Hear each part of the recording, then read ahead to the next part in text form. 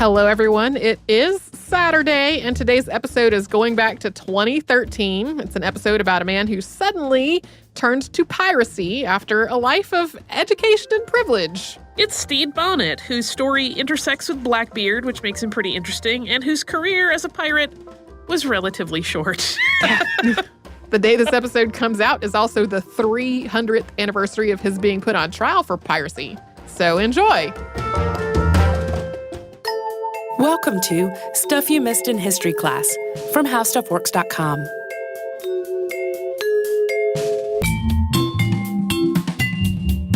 Hello and welcome to the podcast. I'm Holly Fry. And I'm Tracy V. Wilson. And today we're going to talk about something that's come up on the podcast before, which is piracy. But we're going to talk about a pirate that doesn't always get a lot of play in history and retellings. It's Stede Bonnet, who was often referred to as the gentleman pirate. Right. This is a pirate that I have heard about because I grew up in North Carolina. And if you grow up in North Carolina, often you hear a lot about pirates. Yeah, and his career, intersected with North Carolina many times. And so he is often heard about there and in some of the nautical museums there. But it's like the further inland you get from North Carolina, the less and less you hear about him. He had a very short career in piracy, and it was really out of character for him. He was a retired military man, even though he was quite young. And then he sort of seemingly suddenly left his family to pursue this life of piracy. And historians have theorized about what caused this. Some say it could have actually been a midlife crisis of some sort.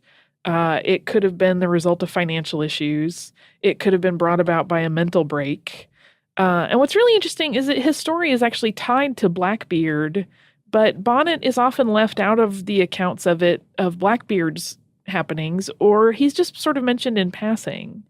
But he is really fascinating because he had this educated demeanor and he was very stylish, and it earned him this nickname, the Gentleman Pirate.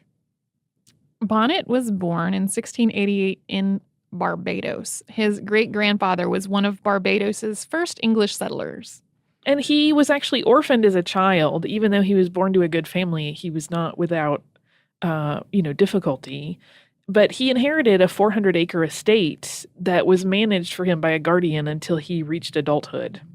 He married Mary Allenby, who was also from a wealthy plantation family, in 1709. So that was when he was about 21. And he retired from military life to run a sugar plantation in Barbados. And he spent a little less than a decade after leaving the military kind of making a go at family life and, running the plantation. But that was all he could handle, apparently. In A General History of the Pirates, from their first rise and settlement of the island of Providence to the present time, which was written by Captain Charles Johnson and sometimes attributed to Daniel Defoe, and first published in 1724. It is written of Bonnet. He had the least temptation of any man to follow such a course of life from the condition of his circumstances. It was very surprising to everyone to hear of the Major's enterprise in the island where he lived. And as he was generally esteemed and honored before he broke out into open acts of piracy, for he was afterwards rather pitied than condemned.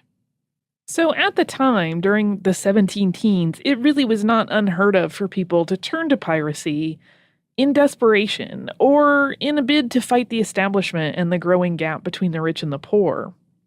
But Bonnet was an educated man from a good family, so it initially does seem kind of incongruous to think of him in those terms.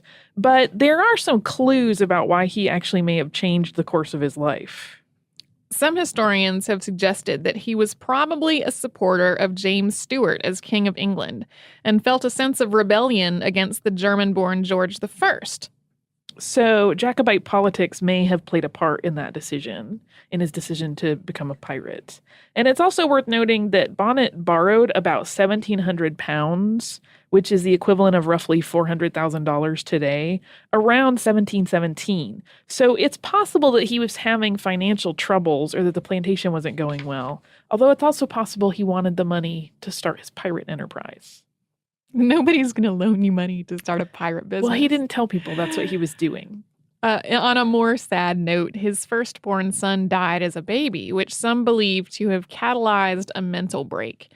He was also said to have experienced some, quote, discomforts he found in a married state. So, in other words, some historians theorize that he was nagged so much that he ran away to be a pirate. So his start in the world of piracy is really unusual. He actually had his ship, which he called Revenge, built and outfitted with cannons at a local Barbados shipyard, and he started that around 1716. Colin Woodard, who is the author of the book The Republic of Pirates, posits that Bonnet likely told people the ship was intended for a legitimate privateering plan.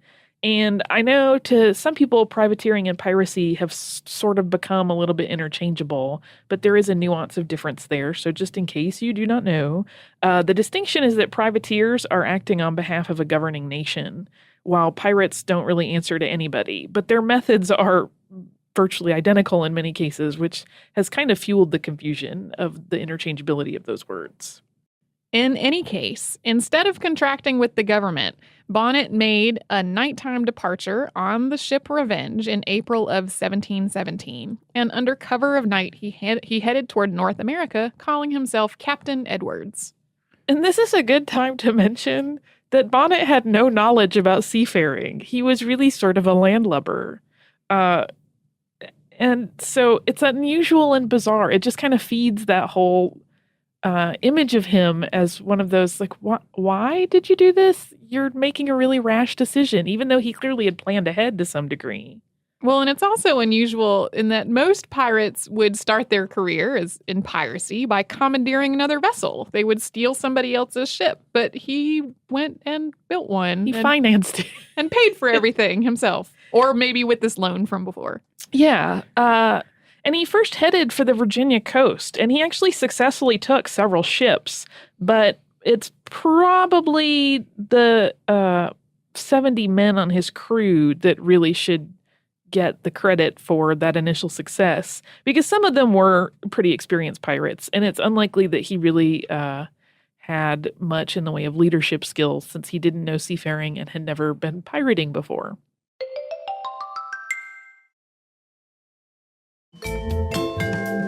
The Revenge then headed to New York and took a sloop that had been headed for the West Indies. And they landed a group of men at Gardiner's Island, which you may remember from our Goody Garlic episode, where they actually bought provisions instead of stealing them. Yeah, so it again kind of fuels that image of him as something of a gentleman, that he's like, no, let's go buy things instead of just plundering for what we need. But beginning in August of that same year, so we're still in 1717, Captain Edwards and the Revenge's crew attacked a number of vessels near the Charleston harbor. But after their exploits there culminated in setting fire to a sloop in a North Carolina inlet, which he apparently did become a fan of setting fire to ships after he had taken them, Bonnet and his crew kind of couldn't decide what they wanted to do for their next course of action. And they eventually made their way south to Honduras, which is where Blackbeard enters the tale. Because Bonnet wasn't really experienced in maritime affairs, he would usually yield to others. So when he fell into company with Edward Teach, also known as Blackbeard, while he was in Honduras, the experienced and hardened Teach easily became the alpha male in their relationship. Yeah, Bonnet's crew joined Blackbeard's, and Bonnet kind of became a superfluous figure rather rapidly. Bonnet had been recovering from injuries at the time after a bad encounter with a Spanish warship, and he also lost some of his crew. And he apparently agreed to this situation thinking it was a temporary setup, like, oh, you'll just handle things while I'm not feeling well.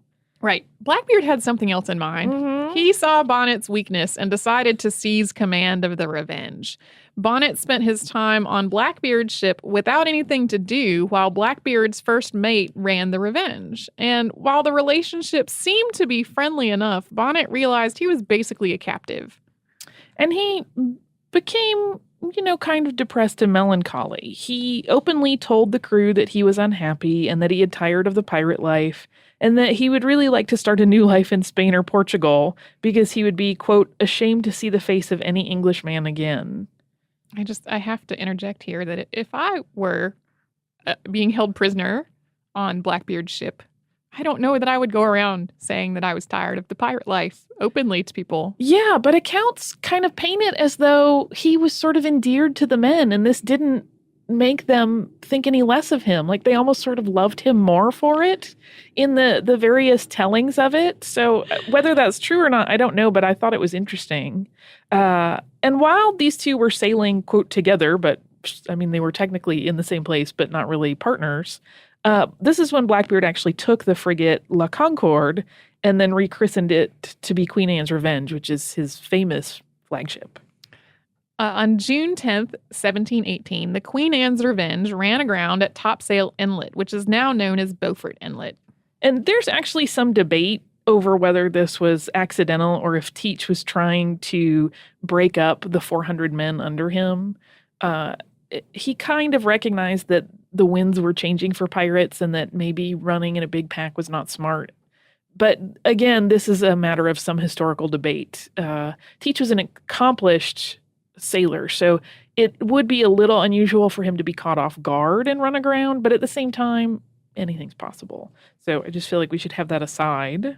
So while the Queen Anne's Revenge is run aground, Bonnet went to Bath, North Carolina. He wanted to take a pardon that had been offered by the king.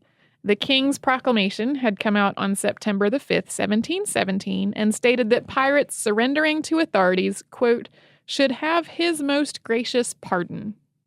But when Bonnet returned to the ships, he found that Teach had stripped the Revenge and abandoned more than 24 crew members on a small island. The stranded crew members had believed they were doomed to die, so it's likely that Bonnet's arrival was really quite welcome. So at this point, having accepted the pardon, Bonnet's slate was clean. He invited all the abandoned men to join him, refitted the Revenge, and renamed it the Royal James. His plan was to sail to St. Thomas and seek out a privateering commission. But they never made it to St. Thomas. No, the crew that he had invited to join him were all on board with this privateering plan. But as they were preparing to set sail, a boat that had come up against them, just meaning adjacent to them, that to sell apples and cider to the men, actually informed them that Blackbeard and a small crew of 18 or 20 men were at Ocracoke Inlet. They were having a big party, which is famous in its own right. So that's the Blackbeard side of the story. But Bonnet immediately acted upon this information and went in pursuit of Teach, because he was still kind of smarting from the way things went down. After 4 days of looking for Teach with no success, they instead headed not to St. Thomas, but to Virginia. So it seems that his resolve to go legit was not really that strong. No, and in July of 1718, they actually took provisions, which they were desperate for, from another ship that they encountered, but they didn't want the act to be recorded as piracy, so in return they gave, quote, 8 or 10 casks of rice, and an old cable in lieu thereof. So they kind of were like, we want to make this fair, even though we kind of raided you, but we're not pirates, we just need stuff.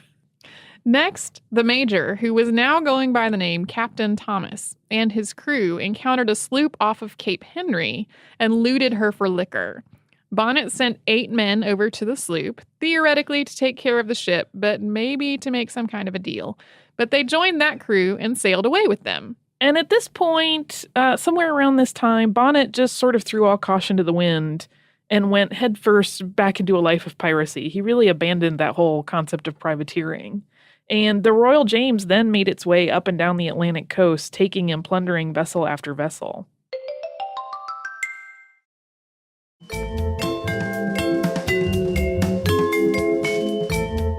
At the end of July 1718, Bonnet had sailed to the Cape Fear River, where he and his crew found themselves stuck for repairs. The Royal James was terribly leaky and it needed to be fixed to remain seaworthy. So it sat for nearly 2 months while the work was done. Which is a long time for a boat to just sit there, especially when it is a boat full of criminals.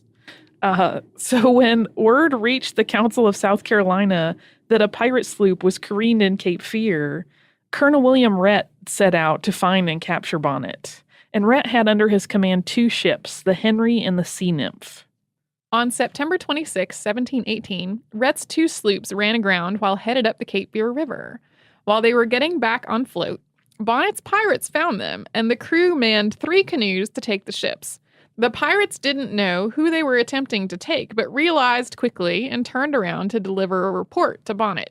And Bonnet was incensed by this. That night, he penned a letter to the governor of Carolina that said if those 2 sloops had been sent against him by that governor, and if Bonnet got clear of those 2 sloops, he was going to burn and destroy every single vessel coming and going out of South Carolina. He was basically like, you better hope you win this, because if you don't, and I find out you were actually behind it, I'm basically going to ruin your life. The next day, September 27th, 1718, a battle ensued that lasted for hours. At one point, both Rhett's ships and Bonnet's ship were run aground in the shallow water as they tried to maneuver, and there was trash talking from the pirates to the colonel's crews. Both ships were horribly damaged. It was really everything that you would expect to see in a Hollywood blockbuster about pirates. But eventually, Rhett's sloop was the first to float, and as his command was about to deliver the finishing blow to the pirate ship, Bonnet sent up a flag of truce and his crew surrendered themselves as prisoners. So all that trash talking got real quiet, and they all surrendered. The Henry lost 10 men and had 14 wounded, and the Sea Nymph lost 2 men and had 4 wounded. 2 of those 5 died from their wounds not long after. Colonel Rhett then set sail from Cape Fear with his captives on September 30th, and he arrived in what was called Charlestown at the time, but is Charleston now, on October 3rd. And on October 5th, the Bonnet's crew was placed in a watch house that was guarded by the militia because there wasn't an actual prison that could hold them. Bonnet entered the custody of the marshal at his house, and 2 other crew members were eventually moved to the marshal's house just a few days later. They were determined to be important in terms of evidence and testimony for the trial. On October 24th, Bonnet and one of the other men, he was named Harriet, escaped. The third man, a boatswain, refused to go with them. Rumors of incompetency and bribery in relation to the escape immediately started to circulate. The governor offered a reward of £700 to the person who captured the fugitives. And it turned out that Colonel Rhett, who was pursuing them in addition to other people after the reward, was the one that recaptured Bonnet. And Harriet was actually killed during the pursuit. He was shot. On October 28th, trials of the crew began in Charlestown before Judge Trott. All but 4 were found guilty and sentenced to death. And on Saturday, November 8th of 1718, the guilty men were all executed at White Point, which is near Charleston. But on November 10th, Stede Bonnet's trial began. It lasted 2 days, and he was found guilty. He attempted to shift some of the blame to Blackbeard, but that was really futile. It was obvious that he had willingly participated in a lot of these activities. In the Lord Chief Justice's speech pronouncing Bonnet's sentence, he said, while tallying the major's many acts of piracy, not to mention the many acts of piracy you committed before, for which, if your pardon from man was never so authentic, yet you must expect to answer for them before God. His speech goes on for many, many pages of the 1724, quote, General History of Pirates, which you can read online because we will link to it in our show notes. Also in the Chief Justice's speech, there is a lot of talk about not only was he a pirate, but he was also a murderer. And it was a lot of the wrath of God is coming for you. He was so incensed that this man had been pardoned and then went back to this life and did a lot of horrible things. He really was not short of breath when it came to condemnation in that speech. And Bonnet was executed by hanging on December 10th of 1718, and he was only 30 at that point, and he had spent less than 2 years living the life of a pirate. So after his, what may have been a mental break, he kind of burned it out. He just gunned it, and then was no more. So he kind of did the live fast, die young thing in the 1700s. Right. In my imagination, I feel like he was going for Han Solo and wound up as Tobias Funke. Yeah, but still sort of oddly beloved, which is the interesting part of it. I kind of oddly beloved Tobias Funke. That's true. It all makes sense. That is the story of Stede Bonnet, which is a brief but fascinating life as a pirate. Yeah, kind of from the almost a pretender's perspective, since he kind of buys his way into that world. Right. I feel like it's the 18th century version of buying a shiny sports car and then going on a cross-country spree of crime. Yeah, and as I said at the top of the podcast, there are historians who have likened it to his midlife crisis. But hopefully, most midlife crises don't end quite so dramatically. But now I want to talk about the history of midlife crises, because that seems to me like a very modern invention to bestow upon a pirate. I concur. So we can put that on the list for future podcasts. Yes.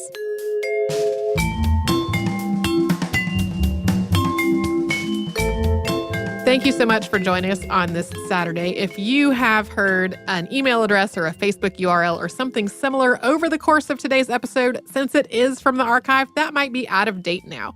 You can email us at historypodcast@howstuffworks.com, and you can find us all over social media at Missed in History. And you can subscribe to our show on Apple Podcasts, Google Podcasts, the iHeartRadio app, and wherever else you listen to podcasts. For more on this and thousands of other topics, visit howstuffworks.com.